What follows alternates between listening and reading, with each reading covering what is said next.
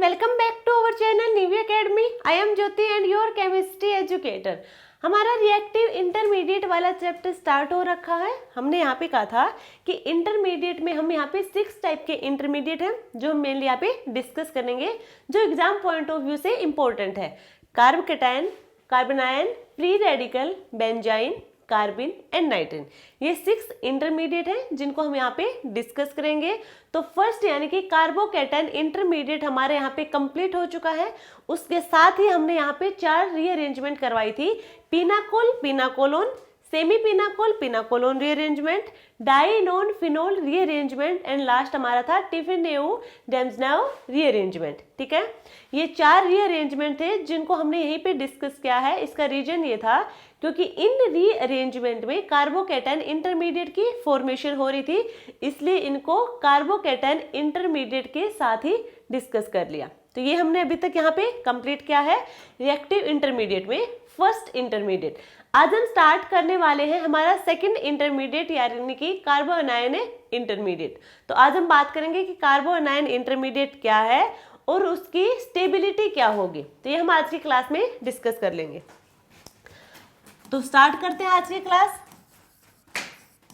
कार्बो अनायन, अब ये कार्बो अनायन है क्या, सबसे पहले देखो कार्बो एनायन। कार्बोकैटायन में क्या था, कार्बो यानी कि कार्बन, कैटायन यानी कि कार्बन पर पॉजिटिव चार्ज, वो था कार्बोकैटायन।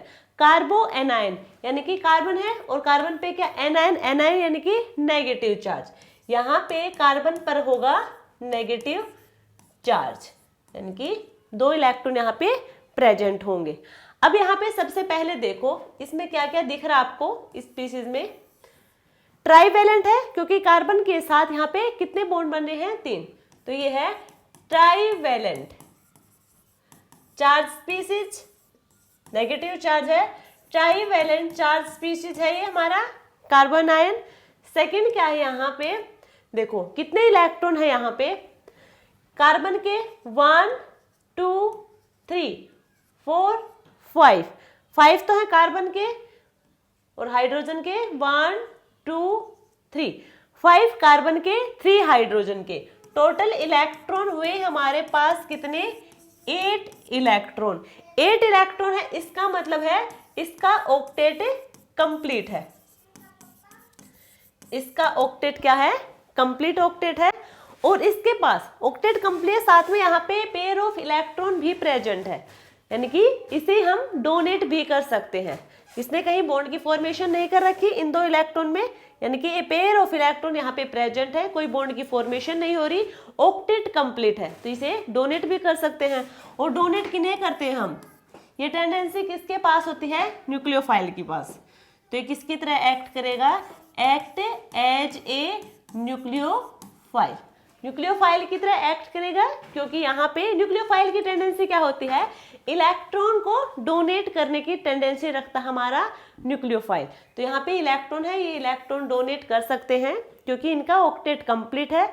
और ये जो पेयर ऑफ इलेक्ट्रॉन है ये हमारा ऐसे रखा हुआ है, इसने किसी बॉन्ड के साथ कोई मतलब किसी भी दूसरे एलिमेंट के साथ कोई बॉन्ड की फॉर्मेशन नहीं कर रखी। ठीक है, नेक्स्ट स्टेप होगा हमारे पास यहाँ पे कि ये होंगे इलेक्ट्रॉन रिच स्पीशीज। न्यूक्लियोफाइल कैसे होते हैं, इलेक्ट्रॉन रिच स्पीशीज। जैसे कार्बोकैटायन थे वो कैसे थे, इलेक्ट्रोफाइल नेचर के थे। इलेक्ट्रॉन डेफिशिएंट स्पीशीज थे, उनमें 6 इलेक्ट्रॉन थे, वहां पे उनका ऑक्टेट कंप्लीट नहीं था, वैकेंट p ऑर्बिटल वहां पे प्रेजेंट था, इसलिए वो थे इलेक्ट्रॉन डेफिशिएंट स्पीशीज। वो चाहते थे कि उनके पास इलेक्ट्रॉन आए।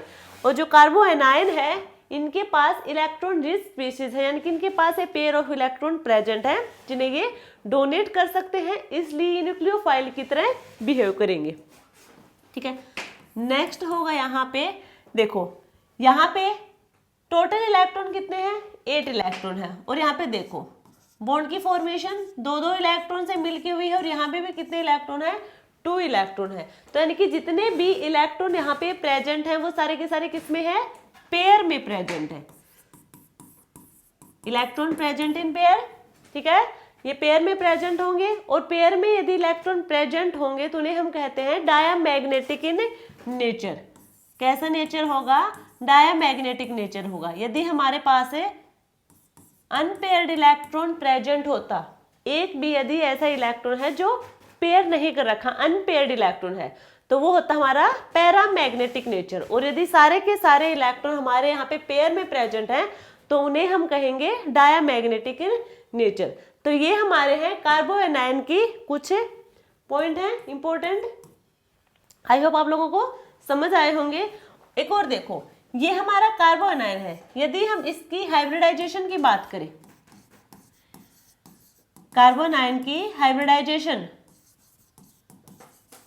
क्या होगी, दो हाइब्रिडाइजेशन होंगी इसकी, एक तो होगी sp3 और एक होगी sp2। एक sp3 हाइब्रिडाइजेशन होगी, एक sp2 हाइब्रिडाइजेशन होगी। जैसे कि कार्बोकैटायन है, कार्बोकैटायन कैसे था, ये हमारे पास था कार्बोकैटायन, और कार्बोकैटायन की हाइब्रिडाइजेशन थी sp2, यानी कि जिस कार्बन पर पॉजिटिव चार्ज है उस कार्बन का हमारा हाइब्रिडाइजेशन होगा sp2। कार्बन आयन में क्या होगा, टू टाइप की हाइब्रिडाइजेशन होगी, sp3 एंड sp2। sp3 कब होगी और sp2 कब होगी वो देखो, sp3 हाइब्रिडाइजेशन जब होगी जब कार्बन पर प्रेजेंट इलेक्ट्रॉन या फिर कहें नेगेटिव चार्ज क्या हो, लोकलाइज हो। यदि ये नेगेटिव चार्ज है या फिर कहें हम ये लोन पेयर जो है ये लोकलाइज हो, यही रखा है, ये हमारे कंप्लीट मॉलिक्यूल में डिस्पर्स नहीं हो रखा है, तो यहाँ पे हाइब्रिडाइजेशन होगी कार्बन की sp3।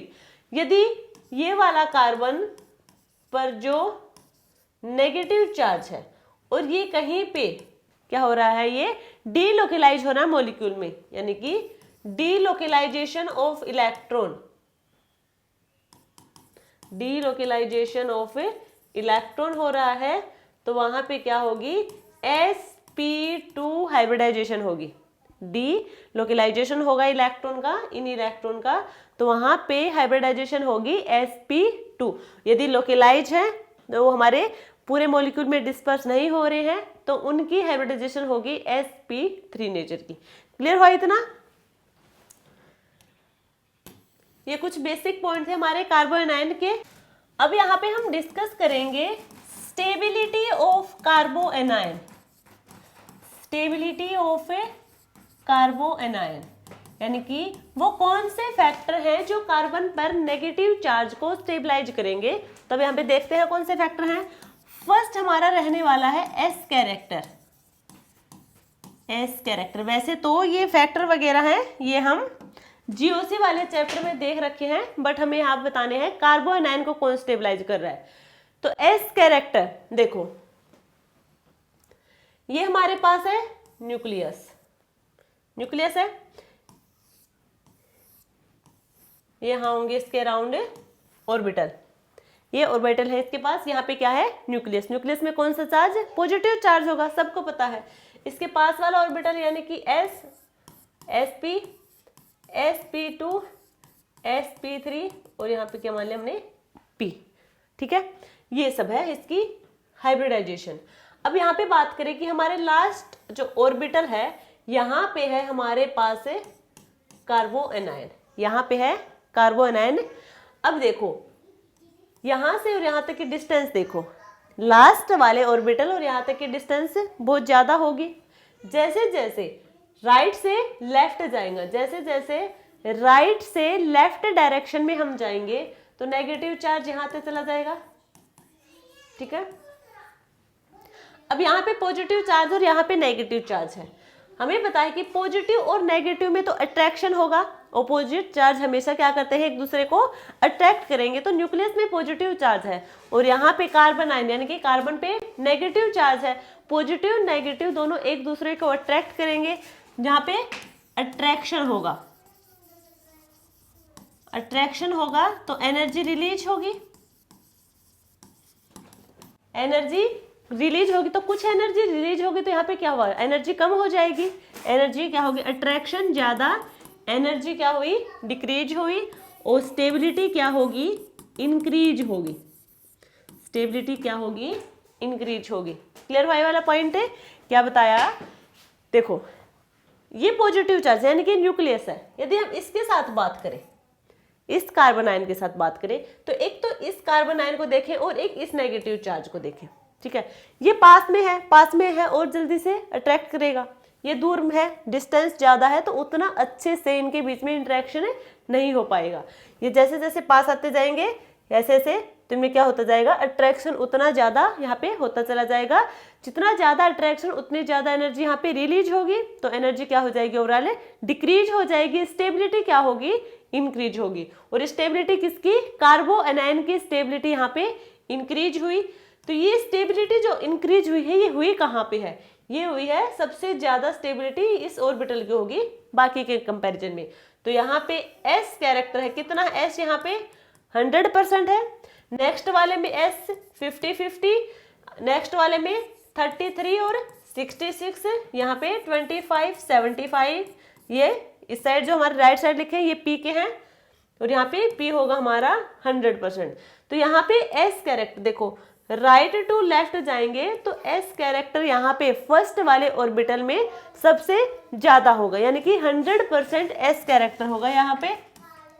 और इस वाले ऑर्बिटल पे यदि कार्बो एनायन है तो उसका न्यूक्लियस के साथ अट्रैक्शन भी सबसे ज्यादा होगा, यानी कि स्टेबिलिटी सबसे ज्यादा होगी यहाँ पे।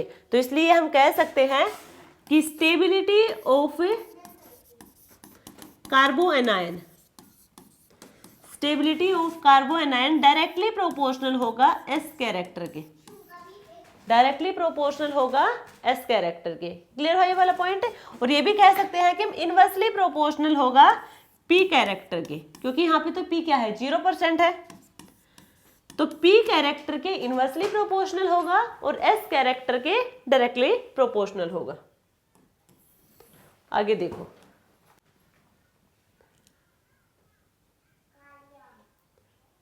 एग्जाम्पल करते हैं हम। एसिडिटी देखनी हमें चेक करनी है एसिडिटी, ठीक है। तो ये हमारे पास है मॉलिक्यूल,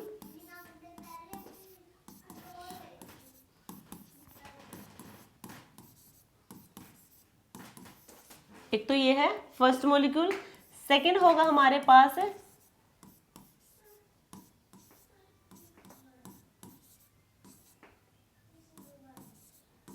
ये है सेकंड,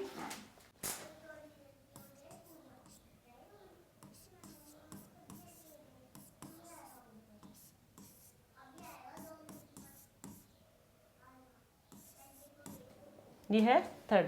हमने डायरेक्ट क्या बना लिए, इनके कॉन्जुगेट बेस बना लिए। वैसे तो ये हो सकते हैं यहाँ पे हाइड्रोजन मॉलिक्यूल, हमें ऐसे गिवन होगा। एसिडिटी बतानी है, मॉलिक्यूल हमारा ऐसे गिवन होगा, ठीक है।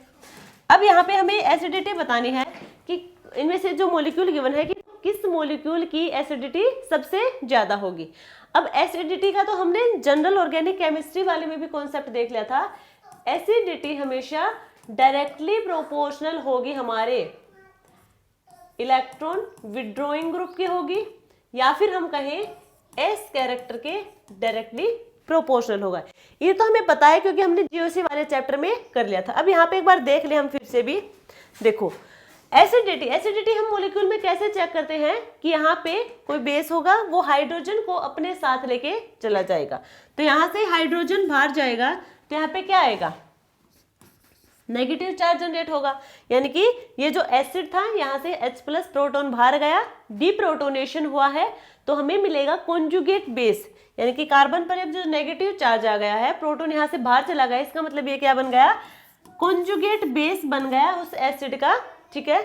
अब यहाँ से भी H बार और यहाँ पे भी क्या बन जाएगा, नेगेटिव, यहाँ से ये बाहर और यहाँ क्या बनेगा, नेगेटिव, ठीक है। और यहाँ से जो प्रोटॉन बाहर गए, ये कौन सा प्रोटॉन जाएगा, ये मोर एसिडिक प्रोटॉन होगा, वही बाहर जाएगा। डीप्रोटोनेशन उसी का होगा जो मोर एसिडिक नेचर का होगा। क्लियर। और ये क्या होंगे हमें पता है, ये हम सारी बातें जीओसी वाले चैप्टर में कर चुके हैं कि कौन सा प्रोटॉन यहाँ पे मोर एसिडिक होगा। यदि जिस किसी को भी अभी तक पता नहीं है तो जीओसी वाला चैप्टर जाके डिस्कस देख सकता है, सारी वीडियो देख सकता है, या फिर ये वाला कॉन्सेप्ट देख सकता है, अलग से भी मिल जाएगी क्लास से। तो ये हमारे कॉन्जुगेट बेस हैं। अब हमें देखना है कॉन्जुगेट बेस का मतलब है कि वो स्टेबल हो, स्टेबल बने।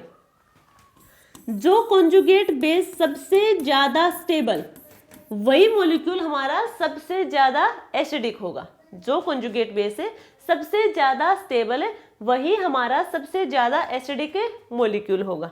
तो अब हमें देखना है कि इनमें से जो कॉन्जुगेट बेस है वो स्टेबल कौन सा है। तो कॉन्जुगेट बेस वही स्टेबल होगा जहां पे देखो, अब ये जो कार्बन पर नेगेटिव चार्ज आया है, इस नेगेटिव चार्ज को स्टेबलाइज करने के लिए यहाँ पे कोई ऐसा ग्रुप है या फिर कोई भी यहाँ पे ड्राइविंग फोर्स हो जो इस नेगेटिव चार्ज को स्टेबलाइज करे और वापस से इस हाइड्रोजन के साथ बॉन्डिंग ना कर पाए। ठीक है, इसको कॉन्जुगेट बेस को स्टेबलाइज करे, हाइड्रोजन के साथ फिर से बॉन्डिंग ना करे, तो वही कॉन्जुगेट बेस हमारा सबसे ज्यादा स्टेबल होगा और वही मॉलिक्यूल हमारा क्या होगा, सबसे ज्यादा एसिडिक होगा। बट यहाँ पे देखो एक बात, यहाँ पे आपको देखने को मिलेगा ये कौन सा हाइब्रिडाइजेशन शो कर रहा है, sp3 हाइब्रिडाइजेशन। यहाँ पे होगी हमारे पास sp2 क्योंकि यहाँ पे carbon double bond carbon present है। नेक्स्ट हो गया यहाँ पे sp हाइब्रिडाइजेशन होंगे। क्लियर। और हमने क्या बताया कि जो stability of carbo anion directly proportional होगा s कैरेक्टर के। तो कहां पे s कैरेक्टर ज्यादा है, यहाँ पे है 50-50। तो इसकी क्या होगी, इस वाले कार्बो एनायन की स्टेबिलिटी सबसे ज्यादा होगी। यदि कार्बो एनायन की स्टेबिलिटी ज्यादा होगी यानी कि इस वाले कॉन्जुगेट बेस की स्टेबिलिटी ज्यादा हुई तो वो स्टेबल है। यदि वो कॉन्जुगेट बेस स्टेबल है, इसका मतलब उसका जो एसिड था वो भी क्या होगा, सबसे ज्यादा स्टेबल होगा या फिर मोर एसिडिक होगा। तो सबसे ज्यादा एसिडिक होगा हमारा third, then second, then first. ये होगा हमारा एसिडिटी का ऑर्डर। आई होप आप लोगों को क्लियर हुआ होगा। नेक्स्ट देखो, ये तो हमने बात की है एस कैरेक्टर की। सेकंड टॉपिक हमारा है कॉन्जुगेटिव इफेक्ट। कॉन्जुगेटिव इफेक्ट, तो जो भी हम इफेक्ट के बारे में बात कर रहे हैं, इनमें क्या होगा क्या नहीं होगा, ये कैसे वर्क करते हैं, ये सारे के सारे हमने जीओसी में डिस्कस कर रखे हैं। बस यहाँ पे हम ये बता रहे हैं, एक बार सब सारी चीजों को रिकॉल कर रहे हैं कि कार्बो एनायन को कौन स्टेबलाइज कर रहा है। तो सारा डाटा एक बार फिर से हम यहाँ पे कलेक्ट कर रहे हैं। बाकी सारी चीजों को हमें पता है क्योंकि जीओसी तभी तो बेसिक चैप्टर है, उसमें सारे कॉन्सेप्ट हमने कर रखे हैं जो आगे हमारे चैप्टर में यूज होने वाले हैं। तो कॉन्जुगेशन वाला इफेक्ट में हमने देख लिया था। यहाँ पे देखो कॉन्जुगेटिव इफेक्ट, कॉन्जुगेटिव इफेक्ट में क्या होगा, यहाँ पे देखो एक बार, मान लीजिए एक तो हमारे पास ये है कार्बन आयन, लिख दिया डायरेक्ट क्योंकि हम कार्बन आयन की ही बात कर रहे हैं। सेकंड हमारे पास है ये, सेकंड हमारे पास है ये कार्बन आयन।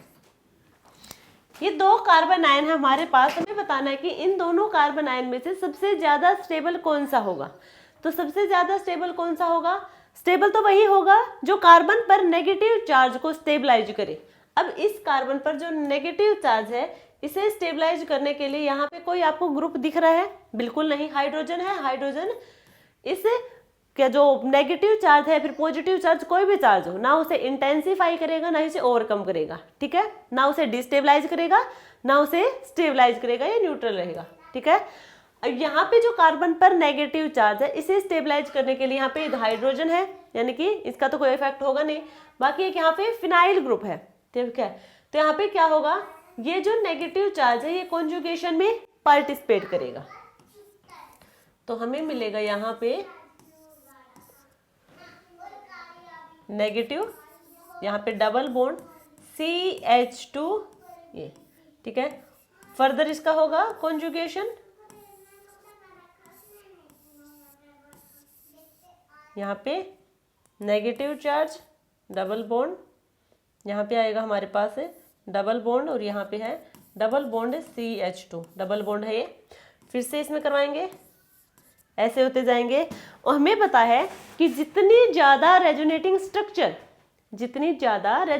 स्ट्रक्चर उतना ही मॉलिक्यूल हमारे पास क्या हो जाएगा, स्टेबल हो जाएगा। तो number of resonating structure increase, then stability of carbo anion increase. ठीक है, जितनी ज्यादा रेजोनेटिंग स्ट्रक्चर बनेंगे किसी भी मॉलिक्यूल में उतना ही ज्यादा वो अनायन क्या होगा, स्टेबल हो जाएगा।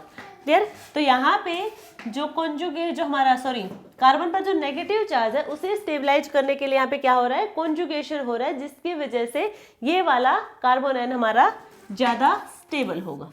और इस कार्बन के नेगेटिव चार्ज को स्टेबलाइज करने के लिए यहाँ पे कोई ग्रुप प्रेजेंट नहीं है। क्लियर हुआ। और एग्जांपल करके देखते हैं।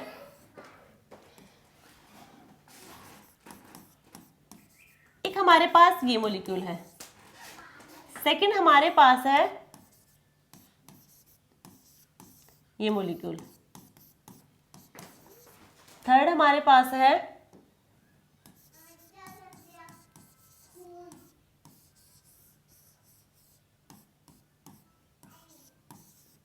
एंड फोर्थ होगा हमारे पास ये।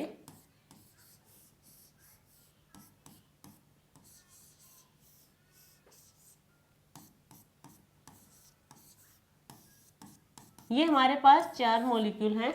हमें बताना है कि इनमें से सबसे ज्यादा स्टेबल कौन सा है, यानी कि स्टेबिलिटी ऑफ कार्बन आयन हमें बताना है कि इनमें से सबसे ज्यादा स्टेबल कौन सा होगा। तो अभी हमने बताया कि जिसमें नंबर ऑफ रेजोनेटिंग स्ट्रक्चर ज्यादा होंगे, number of resonating structure increase होंगे, then stability of carbanion क्या करेगा, इंक्रीज करेगा। तो यहाँ पे देखो इस कार्बन में कोई रेजोनेटिंग स्ट्रक्चर होंगे, बिल्कुल नहीं होंगे, इसमें एक भी रेजोनेटिंग स्ट्रक्चर नहीं है। यहाँ पे एक फिनाइल है, एक फिनाइल ग्रुप यहाँ पे लगा है, तो यहाँ पे क्या होगा, कॉन्जुगेशन होगा और इसकी वजह से यहाँ पे रेजोनेटिंग स्ट्रक्चर मिलेंगे। अब यहाँ पे 2 फिनाइल लगे हैं, तो यहाँ पे ज्यादा कॉन्जुगेटिव स्ट्रक्चर या फिर कहे रेजोनेटिंग स्ट्रक्चर मिलेंगे, यहाँ पे और ज्यादा मिलेंगे, क्योंकि यहाँ पे फिनाइल रिंग कितनी है, 3 है। तो जितने ज्यादा फिनाइल ग्रुप लगे होंगे जो कॉन्जुगेशन में पार्टिसिपेट करेंगे कार्बो एनायन के साथ, उतनी ही ज्यादा रेजोनेटिंग स्ट्रक्चर वो देंगे हमें। जब उनका हम कॉन्जुगेशन करवाएंगे तब मिलेंगे हमें वो रेजोनेटिंग स्ट्रक्चर, और उतने ही ज्यादा क्या होगा, वो कार्बन आयन स्टेबल होगा। तो सबसे ज्यादा फिनाइल रिंग लास्ट वाले मॉलिक्यूल में है, तो सबसे ज्यादा रेजोनेटिंग स्ट्रक्चर भी इसी में मिलेंगी और इसलिए कार्बन आयन भी इसी का सबसे ज्यादा स्टेबल होगा। तो सबसे ज्यादा ये स्टेबल, देन ये ऑर्डर होगा 4 3 2 1। ये है स्टेबिलिटी ऑफ कार्बन आयन का ऑर्डर। आई होप क्लियर हुआ होगा आप लोगों के। वैसे तो इनमें रिपल्शन होगा, ये एक दूसरे के पास होंगे तो, बट भले और क्या हो जाता है, जब रिपल्शन होगा तो एक प्लेन में नहीं होंगे, क्योंकि कॉन्जुगेशन में हमें किसी भी मॉलिक्यूल में कॉन्जुगेशन चेक करनी है। कॉन्जुगेशन चेक करने है इसका मतलब वो जितने भी एलिमेंट यहाँ पे कॉन्जुगेशन में पार्टिसिपेट करेंगे वो सारे के सारे एक ही प्लेन में होने चाहिए, या फिर कहीं पैरेलल होने चाहिए। इनमें क्या होगा, थोड़ा बहुत रिपल्शन होगा, बट फिर भी इन सब के कंपैरिजन में रेजोनेटिंग सबसे ज्यादा यहीं पे मिलेंगी, रेजोनेटिंग स्ट्रक्चर। थोड़ी बहुत यहाँ पे रिपल्शन जरूर होगा, ज्यादा यहाँ पे फिनाइल ग्रुप होने की वजह से, साइज बड़ा होने की वजह से, फिर भी यहाँ पे ही कोई रेजोनेटिंग स्ट्रक्चर के नंबर सबसे ज्यादा और स्टेबिलिटी भी इसी की ज्यादा होगी। ठीक है, तो हमने फर्स्ट बात की थी एस कैरेक्टर, सेकंड था हमारे पास है कॉन्जुगेटिव इफेक्ट, थर्ड हमारे पास है inductive effect. Inductive effect, inductive effect देखो, इंडक्टिव इफेक्ट में कौन सा इफेक्ट, इंडक्टिव इफेक्ट 2 टाइप के होंगे, प्लस आई एंड माइनस आई। इनमें से कौन सा इफेक्ट है जो स्टेबिलिटी ऑफ कार्बन आयन को इंक्रीज करेगा। देखो ये हमारे पास कार्बन आयन है, यह है कार्बन आयन। अब यहां पे हमारे पास एक ग्रुप लगा है, इस कार्बन आयन पे हमारे पास यहाँ पे एक ग्रुप लगा है। सेकंड ये हमारे पास कार्बन आयन है, इसके साथ भी एक ग्रुप लगा है। ठीक है, तो यहाँ पे जो ग्रुप है वो हमने मान लिया इलेक्ट्रॉन विड्रॉइंग ग्रुप लगा है, और यहाँ पे इलेक्ट्रॉन डोनेटिंग ग्रुप। क्या होगा, इलेक्ट्रॉन डोनेटिंग ग्रुप होगा। अब इलेक्ट्रॉन विड्रॉइंग का काम क्या है, इलेक्ट्रॉन विड्रॉइंग ग्रुप का काम है इलेक्ट्रॉन को अपनी तरफ खींचना। तो ये ग्रुप हमारा इलेक्ट्रॉन विड्रॉइंग है, ये इलेक्ट्रॉन को अपनी तरफ खींचेगा, यानी कि अपनी तरफ खींचेगा। तो ये हुआ, कार्बन पे क्या है, नेगेटिव चार्ज है, और जो इलेक्ट्रॉन विड्रॉइंग ग्रुप है ये इलेक्ट्रॉन को अपनी तरफ खींचेगा, यानी कि इस नेगेटिव चार्ज को क्या कर रहा है, ओवरकम कर रहा है, यानी कि इसको क्या करेगा, ये स्टेबलाइज करेगा।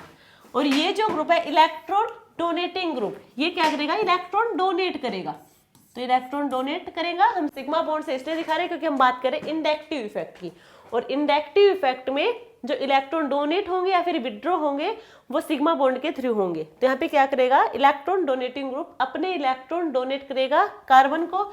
अब यहाँ पे पहले से ही नेगेटिव चार्ज है, ये ऊपर से और इलेक्ट्रॉन दे रहा, और ले ले भाई, तो फिर क्या हो जाएगा, यहाँ पे कार्बन पर नेगेटिव चार्ज ज्यादा हो जाएगा, यानी कि क्या होगा, इंटेंसिफाई होगा। और जो कार्बन पर नेगेटिव चार्ज है उसे क्या कर देगा, ये स्टेबलाइज कर देगा इस वाले कार्बो अनायन को। तो हम कह सकते हैं कि स्टेबिलिटी ऑफ कार्बो अनायन डायरेक्टली प्रोपोर्शनल होगा इलेक्ट्रॉन विड्रॉइंग ग्रुप के, और इनवर्सली प्रोपोर्शनल होगा इलेक्ट्रॉन रिलीजिंग ग्रुप के, या फिर कहीं इलेक्ट्रॉन डोनेटिंग ग्रुप के। रीजन हमने देख लिया, डोनेट वाले क्या करेंगे, इलेक्ट्रॉन को डोनेट करेंगे, यहाँ पहले से ही नेगेटिव चार्ज है और इलेक्ट्रॉन दे रहे हैं, तो यहाँ पे नेगेटिव चार्ज को इंटेंसिफाई कर देंगे, तो क्या हो जाएगा, ये वाला कार्बन आयन हमारा क्या हो जाएगा, डिस्टेबलाइज हो जाएगा, और ये क्या होगा, स्टेबल हो जाएगा। क्लियर यहाँ तक? और हमें पता है कि इलेक्ट्रॉन विड्रॉइंग ग्रुप कौन से होते हैं, minus I effect, inductive effect की बात करें हैं, माइनस इफेक्ट वाले, चाहे वो रेजोनेंस में हो, चाहे वो मेसोमेरिज्म में हो, चाहे वो इंडक्टिव में हो। माइनस इफेक्ट यानी कि electron withdrawing group, plus effect यानी कि इलेक्ट्रॉन डोनेटिंग ग्रुप। तो इंडक्टिव इफेक्ट की बात कर रहे हैं तो ये क्या होगा, माइनस आई, और इलेक्ट्रॉन रिलीजिंग यानी कि प्लस आई इफेक्ट। ठीक है, तो माइनस आई के डायरेक्टली होगा, प्लस आई के इनवर्सली होगा। एग्जाम्पल देखो, ये हमारे पास एक मॉलिक्यूल है, सेकेंड हमारे पास है ये, थर्ड हमारे पास है ये, एंड फोर्थ होगा ये। हमें बताना है कि इनमें से कौन सा कार्बन आयन सबसे ज्यादा स्टेबल होगा, या फिर कहें stability order of carbon ion कौन सा होगा, जो कार्बन पर नेगेटिव चार्ज को क्या करे, ओवरकम करे, या फिर कहें स्टेबलाइज करे। अब हमें पता है कि यहाँ पे तो कोई ग्रुप नहीं लगा, इलेक्ट्रॉन डोनेटिंग विड्रॉइंग कोई ग्रुप यहाँ पे नहीं है, बट यहाँ पे क्या है, ये इलेक्ट्रॉन डोनेट करेगा, अल्काइल ग्रुप है, यानी कि प्लस आई इफेक्ट शो करेगा। यहाँ पे ये दोनों ही क्या करेंगे, प्लस आई इफेक्ट शो करेंगे। यहाँ पे 3 होंगे जो प्लस आई इफेक्ट शो करेंगे। अब यहाँ पे क्या करें हैं, ये इलेक्ट्रॉन डोनेट करें, अब यहाँ पे पहले से ही नेगेटिव है, ये भी इलेक्ट्रॉन दे रहा है और नेगेटिव ले, ये भी दे रहा है, ये भी दे रहा है, क्या है, तो इस कार्बन पर बहुत ज्यादा नेगेटिव चार्ज हो जाएगा, यानी कि इंटेंसिफाई हो जाएगा, और ये जो कार्बो अनायन है ये क्या हो जाएगा, डिस्टेबलाइज हो जाएगा। तो हम और हमें पता भी है ये जो स्टेबिलिटी ऑफ कार्बन आयन होगा वो इनवर्सली प्रोपोर्शनल होगा प्लस आई इफेक्ट के, और यहाँ पे क्या दिख रहा है, प्लस आई इफेक्ट आप लोगों को दिख रहा होगा। तो सबसे पहले फर्स्ट, सेकंड, थर्ड, फोर्थ, ये होगा stability order of carbo anion. ठीक है, stability order of carbon ion. वैसे यहाँ पे इंडक्टिव इफेक्ट देखा है, यहाँ पे हम देख सकते हैं हमारा हाइपर कॉन्जुगेशन भी। वैसे मेनली हम हाइपर कॉन्जुगेशन जो इफेक्ट देखते हैं वो कार्बोकैटायन में देखते हैं, या फिर जहाँ पे डबल बॉन्ड प्रेजेंट हो, फ्री रेडिकल प्रेजेंट हो। ठीक है, कार्बो एनायन में हम मेनली चेक नहीं करते, तो यहाँ तो हम इंडक्टिव इफेक्ट से देख लेंगे। नेक्स्ट एग्जाम्पल देखो, हमारे पास है ये, एक तो ये हमारे पास कार्बो एनायन है, सेकंड हमारे पास है ये, और हमें बताना है कि इनमें से सबसे ज्यादा स्टेबल कौन सा होगा। ये CF3 है, ये भी CF3 है, इनमें से हमें बताना है कि स्टेबल कार्बन आयन कौन सा है।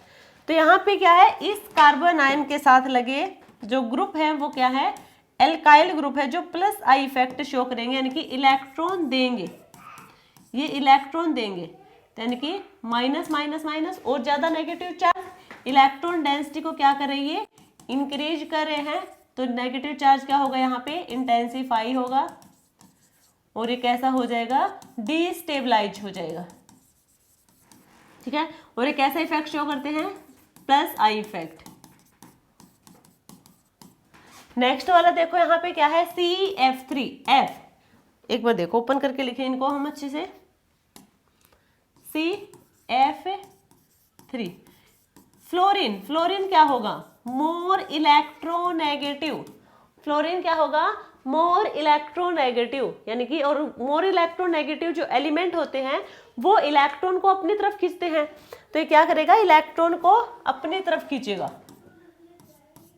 तो यहाँ पे इलेक्ट्रॉन को खींचेंगे ये, तो CF3 कैसा हो जाएगा इलेक्ट्रॉन विड्रॉइंग ग्रुप, और इलेक्ट्रॉन विड्रॉइंग ग्रुप यानी कि -I इफेक्ट शो करेगा क्योंकि इलेक्ट्रॉन को खींच रहे हैं अपनी तरफ, ठीक है। तो यहाँ पे नेगेटिव चार्ज है, ये अपनी तरफ खींच रहे हैं, नेगेटिव चार्ज को क्या कर ओवरकम कर रहा है, तो ये क्या हो जाएगा यहाँ पे स्टेबल हो जाएगा, इसलिए हम कह सकते हैं सेकंड वाला जो कार्बन आयन होगा वो ज्यादा स्टेबल होगा फर्स्ट वाले से, क्योंकि stability of carbon ion directly proportional होगी -I के, और सेकंड वाले में -I इफेक्ट है, फर्स्ट वाले में +I है, और +I होती है इनवर्सली प्रोपोर्शनल। आई होप ये क्लियर हुआ होगा आपको। तो अभी तक हमने जो फैक्टर डिस्कस किए हैं वो फर्स्ट था हमारा S कैरेक्टर, सेकंड था कॉन्जुगेटिव इफेक्ट, एंड थर्ड हमने बात की है इंडक्टिव इफेक्ट की। इंडक्टिव इफेक्ट के साथ ही हम वो देख लेते हैं रेजोनेंस इफेक्ट, यही हम बात कर लेंगे रेजोनेंस इफेक्ट की, कि रेजोनेंस इफेक्ट का क्या असर दिखेगा हमारे कार्बन आयन में। ये हमारे पास है, देखो रेजोनेंस इफेक्ट में 2 टाइप के, +R एंड -R, ठीक है। प्लस यानी कि वो क्या करें इलेक्ट्रॉन डोनेट करेंगे, माइनस यानी कि इलेक्ट्रॉन को विड्रॉ करेंगे। अब रेजोनेंस है तो रेजोनेंस यहाँ पे लोन पेयर के थ्रू, पाई बॉन्ड के थ्रू, इनके थ्रू यहाँ पे इलेक्ट्रॉन डोनेट या विड्रॉ करेंगे। इंडक्टिव इफेक्ट में इलेक्ट्रॉन विड्रॉ या फिर डोनेट वो सिग्मा बॉन्ड के थ्रू था। ये हमारे पास एक मॉलिक्यूल है, ठीक है, और यहाँ पे है OCH3। सेकेंड होगा हमारे पास मॉलिक्यूल CH2 नेगेटिव, यहाँ पे है OCH3। थर्ड होगा हमारे पास ये जो पैरा पोजीशन पे मिथॉक्सी ग्रुप लगा है CH2 नेगेटिव। तो हमें पता है, देखो किसी भी क्वेश्चन में मॉलिक्यूल गिवन है, 3-4 मॉलिक्यूल गिवन है और हमसे पूछा जाए कि इनमें कौन सा इफेक्ट है, हमें तो यहाँ पे स्टेबिलिटी ऑफ कार्बो एनायन बताना है। तो यहाँ पे जो सेम पोर्शन, हमें तीनों मॉलिक्यूल में जो सेम पार्ट है वो क्या होता है हमारा सिस्टम होगा। तो यहाँ पे क्या है कार्बन आयन, बेंजीन, बेंजीन के ऊपर CH2 नेगेटिव ग्रुप लगा है, ये सारे में कॉमन है, ठीक है।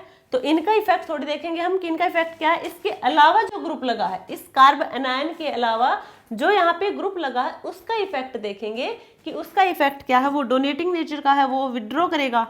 देखो यहाँ पे ये ऑक्सीजन है और ये है कार्बन, कार्बन और ऑक्सीजन के बीच में सिग्मा बॉन्ड दिख रहा है, और ऑक्सीजन हमारा मोर इलेक्ट्रोनेगेटिव है, तो इलेक्ट्रॉन को अपनी तरफ खींचेगा।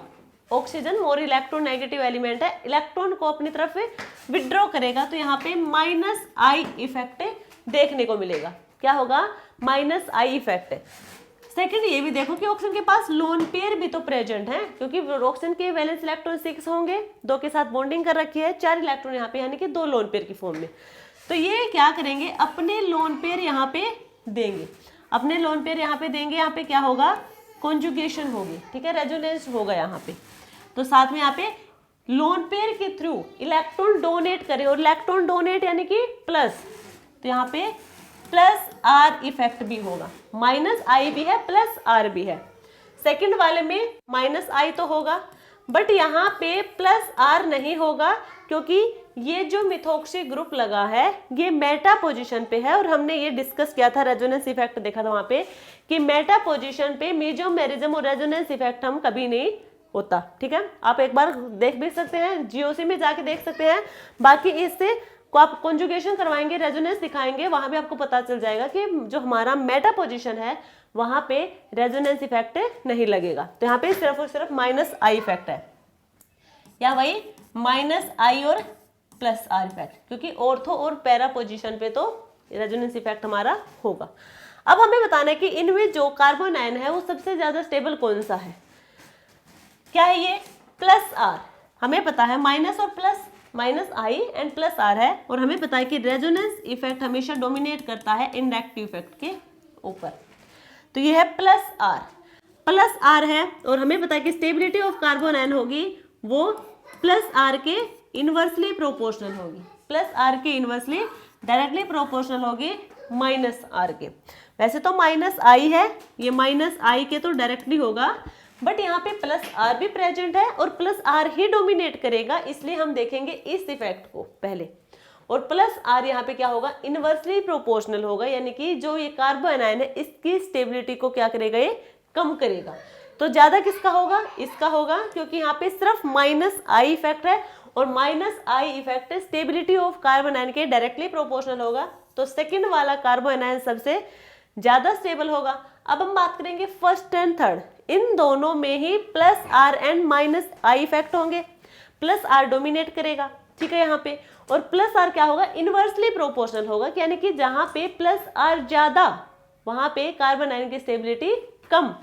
तो इन दोनों में से प्लस आर ज्यादा कहाँ पे होगा, प्लस आर यहाँ पे ज्यादा होगा, और तो पोजीशन पे डिस्टेंस के बेस पे देखेंगे हम, ठीक है। और यहाँ पे कम होगा, तो स्टेबल होगा थर्ड वाला, देन फर्स्ट वाला, second third first. Next effect देखेंगे हम एरोमेटाइजेशन।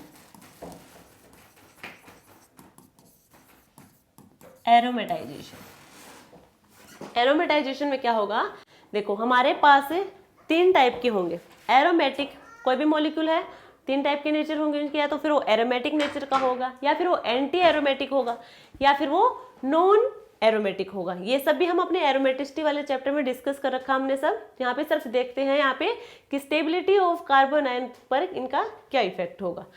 तो हमें पता है कि इन तीनों में से जो एरोमेटिक होगा मॉलिक्यूल वो सबसे ज्यादा स्टेबल होगा, ठीक है। तो वही देखते हैं हम एग्जाम्पल से। देखो ये तो हमें पता है कि एरोमेटिक वाला सबसे ज्यादा स्टेबल, स्टेबिलिटी ऑर्डर है एरोमेटिक वाला सबसे ज्यादा, फिर नॉन एरोमेटिक है और सबसे कम होगा एंटी एरोमेटिक, या फिर एंटी एरोमेटिक को हम कह सकते हैं कि हाईली अनस्टेबल होगा। अब यहाँ पे देखो हमारे पास मॉलिक्यूल है, एक तो ये हमारे पास मॉलिक्यूल, ठीक है। सेकंड हमारे पास है ये वाला,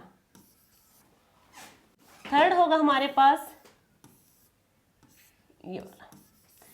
ये 3 हमारे पास कार्बन आयन है, हमें बताना है कि इनमें से सबसे ज्यादा स्टेबल कौन सा है कार्बन आयन। तो यहाँ पे देखो जो फर्स्ट हमारा है इस पे कोई इफेक्ट नहीं है, ठीक है। नेक्स्ट हम देखेंगे तो यहाँ पे देखो 1 2 दो तो यहाँ पे डबल बॉन्ड है, एक यहाँ पे नेगेटिव चार्ज है, नेगेटिव चार्ज यानी कि एक लोन पेयर यहाँ पे प्रेजेंट है। तो यहाँ पे टोटल कितने हुए 6 पाई इलेक्ट्रॉन, और यहाँ पे होंगे 4 पाई इलेक्ट्रॉन। तो 6 पाई इलेक्ट्रॉन यानी कि एरोमेटिक होगा, 4 पाई इलेक्ट्रॉन यानी कि एंटी एरोमेटिक होगा। और हमें पता है कि जो एरोमेटिक होगा वो सबसे ज्यादा स्टेबल होगा। तो एरोमेटिक यहाँ पे सबसे ज्यादा स्टेबल यानी कि सेकंड वाला जो कार्बन आयन है उसकी स्टेबिलिटी सबसे ज्यादा होगी। अब फर्स्ट एंड थर्ड में से एंटी एरोमेटिक यानी कि हाईली अनस्टेबल, यानी कि इससे तो थोड़ा बहुत यही स्टेबल होगा। तो फर्स्ट एंड थर्ड ये होगा stability order of A कार्बो anion. Next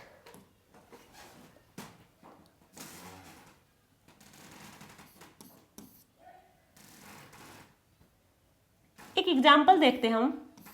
ये हमारे पास कुछ एग्जाम्पल हैं।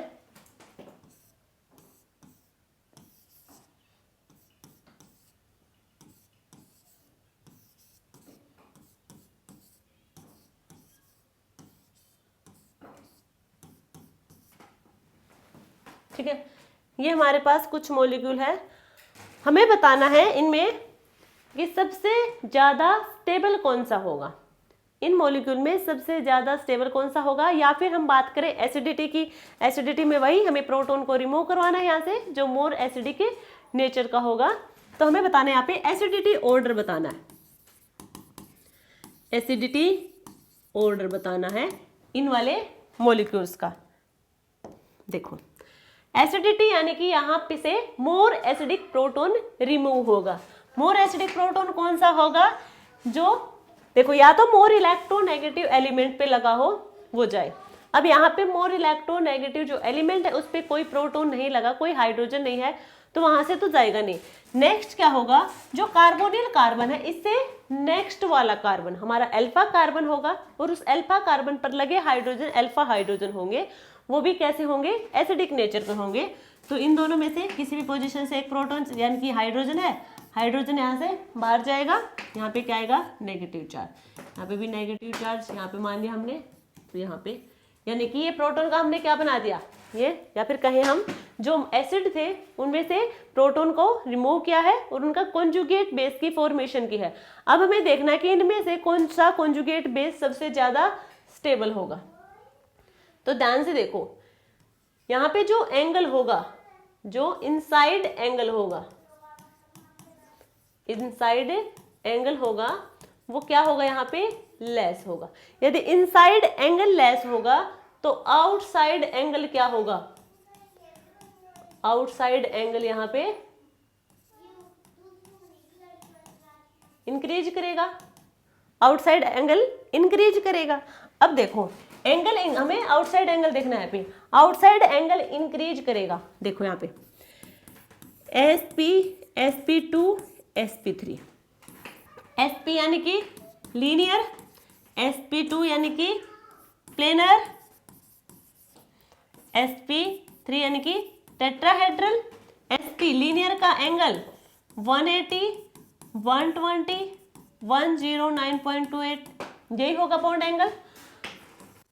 यहाँ पे बॉन्ड एंगल ज्यादा कहाँ पे, बॉन्ड एंगल ज्यादा यहाँ पे, जहाँ पे sp हाइब्रिडाइजेशन होगी, और sp हाइब्रिडाइजेशन में s कैरेक्टर कितना 50-50, यानी कि इन सब के कंपैरिजन में ज्यादा, तो s कैरेक्टर यहाँ पे क्या है, ज्यादा है। तो हम कह सकते हैं कि outside angle increase, s character increase, s character increase होगा। तो हमें अभी बताया था कि स्टेबिलिटी ऑफ कार्बो एनायन वो क्या होगा, s कैरेक्टर के डायरेक्टली प्रोपोर्शनल होगा। तो स्टेबिलिटी ऑफ कार्बो एनायन भी इंक्रीज होगा, और एसिडिटी क्या होगी, स्टेबिलिटी ऑफ कार्बो एनायन के डायरेक्टली प्रोपोर्शनल होगी। तो एसिडिटी भी किसकी ज्यादा होगी, फर्स्ट वाले की। तो राइट टू लेफ्ट जाएंगे, एसिडिटी इंक्रीज करेगी। क्लियर हो ये वाला पॉइंट भी। नेक्स्ट इफेक्ट देखो, vacant D orbital, vacant D orbital, कोई भी एलिमेंट है जिसमें वैकेंट डी ऑर्बिटल हो, उसका क्या रोल होगा, क्या वो कार्बो एनायन को स्टेबलाइज करेगा या फिर डिस्टेबलाइज करेगा। देखो एक हमारे पास है CH2, यहाँ पे है नेगेटिव, नाइट्रोजन है, यहाँ पे है पॉजिटिव चार्ज। सेकंड हमारे पास है ये वाला फॉस्फोरस है नाइट्रोजन की जगह। ये दो हमारे कार्बोकैटायन, सॉरी कार्बो एनायन, अच्छा ये तो पॉजिटिव, कार्बो एनायन तो है, सॉरी। तो यहाँ पे बताना कि कौन सा कार्बो एनायन यहाँ पे स्टेबल होगा। एक ये हमारे पास कार्बो एनायन, सेकंड ये है। डिफरेंस क्या है, यहाँ पे नाइट्रोजन है और यहाँ पे क्या होगा, फॉस्फोरस होगा। तो हमें बताना इनमें से सबसे ज्यादा स्टेबल कार्बो एनायन कौन सा होगा।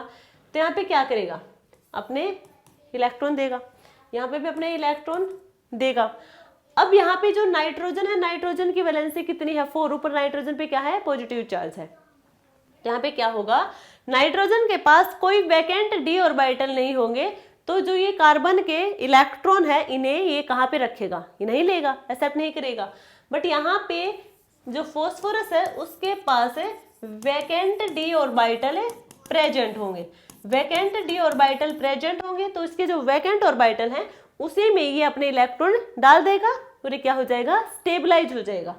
तो कौन सा स्टेबल हुआ, ये वाला, ठीक है, सेकंड मॉलिक्यूल हमारा स्टेबल होगा। नेक्स्ट हमारे पास है CH2 नेगेटिव, यहाँ पे है NH3 पॉजिटिव, CH2 नेगेटिव, यहाँ पे है PH3 पॉजिटिव। हम कौन सा स्टेबल होगा यहाँ पे, कार्बो एनायन। देखो अभी हमने कहा था कि जहाँ पे वैकेंट ऑर्बिटल होंगे, जहाँ पे वैकेंट ऑर्बिटल होंगे वहां पे हमारा कार्बो एनायन ज्यादा स्टेबल होगा, क्योंकि कार्बन पर जो नेगेटिव चार्ज है उसको स्टेबलाइज करने के लिए वो अपना इलेक्ट्रॉन देगा, कॉन्जुगेशन में हेल्प करवाएगा। बट यहाँ पे देखो हमें पता है कि फॉस्फोरस के पास वैकेंट ऑर्बिटल थे, बट यहाँ पे कंडीशन क्या है, कॉन्जुगेशन, और वो कॉन्जुगेशन कहाँ होती है, ऑर्थो पैरा पोजीशन पे। ये कौन सी पोजीशन है, ये है मेटा पोजीशन पे, और मेटा पोजीशन पे ये वाला इफेक्ट नहीं लगेगा, तो यानी कि वैकेंट डी ऑर्बिटल, ये वाला कॉन्सेप्ट यहाँ पे लगेगा नहीं। दूसरा क्या रहा कि नाइट्रोजन हमारा क्या होता है, मोर इलेक्ट्रोनेगेटिव होता है, तो फॉस्फोरस भी है कार्बन के कंपैरिजन में, बट नाइट्रोजन ज्यादा मोर इलेक्ट्रोनेगेटिव होगा, तो अपने तरफ इलेक्ट्रॉन को खींचेगा, ठीक है। माइनस आई इफेक्ट यहाँ पे शो करेगा, ज्यादा इफेक्ट, माइनस आई यहाँ ज्यादा होगा यहाँ भी माइनस आई, बट यहाँ पे ज्यादा होगा, जहां पे माइनस आई इफेक्ट ज्यादा वहां पे स्टेबिलिटी ऑफ कार्बो एनायन भी ज्यादा, यानी कि फर्स्ट वाले मॉलिक्यूल की स्टेबिलिटी ज्यादा होगी। क्लियर है ये वाला पॉइंट भी। नेक्स्ट देखो इलेक्ट्रोनेगेटिविटी। नेक्स्ट फैक्टर हमारे पास है इलेक्ट्रोनेगेटिविटी।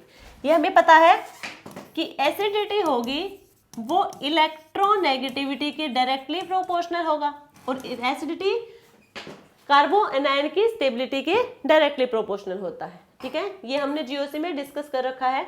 अब हम एग्जांपल देखते हैं। हमारे पास एग्जांपल है CH2 नेगेटिव, यहाँ पे है OH, CH2 नेगेटिव, यहाँ पे है NH2, यहाँ पे होगा CH2 नेगेटिव, यहाँ पे होगा फ्लोरीन, ठीक है। ये हमारे पास, अब हमें बताना है कि इनमें से सबसे ज्यादा स्टेबल कौन सा होगा। तो यहाँ पे क्या करेंगे हम, इलेक्ट्रोनेगेटिविटी किसकी ज्यादा है, इलेक्ट्रोनेगेटिविटी सबसे ज्यादा होती है फ्लोरीन की, देन ऑक्सीजन, देन नाइट्रोजन। तो यहाँ पे हम ये जैसे ही किस फैमिली में आते हैं, nitrogen, oxygen, fluorine, same period में है। जब हम सेम पीरियड के एलिमेंट हो, यहाँ पे हम इन ए पीरियड की बात करें तो वहां पे हम इलेक्ट्रोनेगेटिविटी वाला फैक्टर देखते हैं। यदि अलोंग द ग्रुप की हम बात करें, टॉप टू बॉटम या बॉटम टू टॉप, यानी कि अलोंग द ग्रुप की हम बात करें, वहां पे हम साइज फैक्टर देखते हैं, और हम पीरियड की बात करें विद इन द पीरियड, तो वहां पे हम इलेक्ट्रोनेगेटिविटी वाला फैक्टर देखते हैं। तो यहाँ पे सबसे ज्यादा इलेक्ट्रोनेगेटिव कौन है, फ्लोरीन है। फ्लोरीन हमारा क्या होगा, मोर इलेक्ट्रोनेगेटिव होगा, ठीक है। तो माइनस आई यहाँ पे सबसे ज्यादा, देन यहाँ पे और यहाँ पे भी माइनस आई है, बट इनके कंपैरिजन में कम होगी। तो स्टेबिलिटी सबसे ज्यादा होगी जहाँ पे हमारा सबसे ज्यादा इलेक्ट्रोनेगेटिव एलिमेंट लगा हुआ है, फिर जहाँ पे सबसे ज्यादा माइनस इफेक्ट आपको देखने को मिलेगा, वहां पे हमारी स्टेबिलिटी ऑफ कार्बन आयन सबसे ज्यादा, और वह उसी मॉलिक्यूल की एसिडिटी सबसे ज्यादा होगी। तो ये हमने बात की है आज की क्लास में कार्बो एनायन इंटरमीडिएट की। तो क्या है उसके कुछ की पॉइंट थे वो भी हमने डिस्कस कर लिए थे। उसके साथ साथ हमने बात की यहाँ पे स्टेबिलिटी ऑफ कार्बो एनायन, कुछ फैक्टर थे जिनको हमने यहाँ पे डिस्कस कर लिया है। ये था हमारा कार्बो एनायन इंटरमीडिएट। नेक्स्ट क्लास में हम बात करेंगे बेंजाइन इंटरमीडिएट की। तो आज की क्लास आपको कैसी लगी कमेंट सेक्शन में जरूर बताना। मिलते हैं कल एक नए कॉन्सेप्ट के साथ, तब तक के लिए थैंक यू।